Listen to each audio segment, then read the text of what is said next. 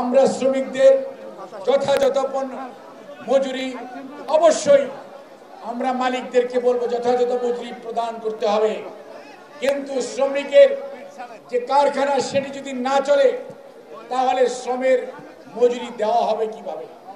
এবং তাদের ষড়যন্ত্র হচ্ছে যেভাবে তারা পাট শিল্পকে বাংলাদেশ থেকে নিয়ে গেছে, যেভাবে বস্ত্র শিল্পকে নিয়ে যাওয়ার ষড়যন্ত্র করছে, একই কায়দায় শহীদ জিয়ার যে আদর্শ অর্থাৎ এই দেশে গার্মেন্টস ফ্যাক্টরি এটি শুরু করেছিলেন শহীদ রাষ্ট্রপতি জিয়াউর রহমান, স্বাধীনতার ঘোষক।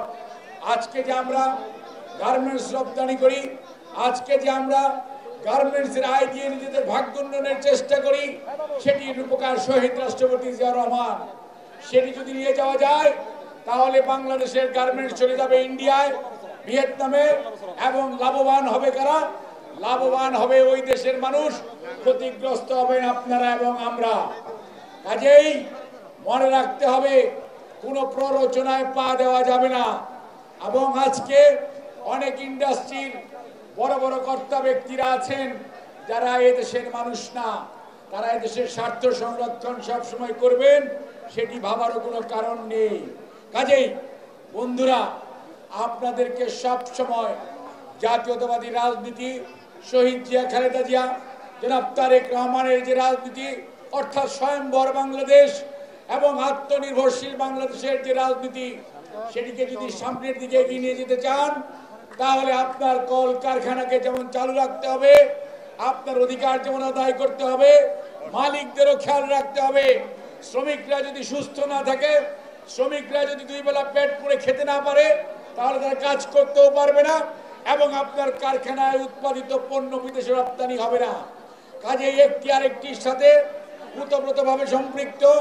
এবং মনে রাখতে হবে এটি শুধু শ্রমিক দলের কাজ নয়, এটি এই অঞ্চলের মানুষের কাজ, এটি ছাত্র দলের কাজ, যুব দলের কাজ, স্বেচ্ছাসেবক দলের কাজ, কৃষক দলের কাজ, মেহনতি মানুষের কাজ। অর্থাৎ সবাই যৌথভাবে মিলিত হয়ে প্রত্যেকটি কারখানাকে পাহারা দিতে হবে, দুষ্কৃতিকারীরা যাতে কারখানার ক্ষতি না করতে পারে। আপনার আমার দাবি আছে, আদায় হবে, আদায়ের জন্য আপনাদের প্রতিনিধি আছে, আলোচনা হবে, কিন্তু কারা কারখানা আক্রমণ করছে সেটি চিহ্নিত করতে হবে, তাদেরকে ধরতে হবে। ধরলেই দেখবেন ওরা আপনার দেশের মানুষ না, ওরা ভিন দেশের মানুষের কথায় কথা বলে, তাদের কথায় পুতুল নাচের মতো নাচে এবং আপনাকে আমাকে বিভ্রান্ত করে। কাজেই আজকে আমি যে কথা বলে শেষ করতে চাই, চলেন আমরা দেশপ্রেমে উদ্বুদ্ধ হই এবং আগামী দিনে আমাদের অঞ্চলের এই অঞ্চলের যত কলকারখানা আছে সেগুলোকে রক্ষা করার দায়িত্ব আপনার আমার আমাদের সবার, শুধুমাত্র শ্রমিক দলের নয়। শ্রমিকরা কাজ করে, শ্রমিক দল তাদের প্রতিনিধি, সেটি ঠিক আছে, তাদেরকে সহযোগিতা করতে হবে।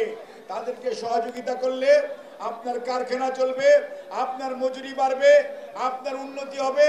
আগামী দিনে এই বাংলাদেশে আগামী দিনে যে নতুন বাংলাদেশ গড়ার স্বপ্ন দেখছেন সেটি বাস্তবায়িত হবে।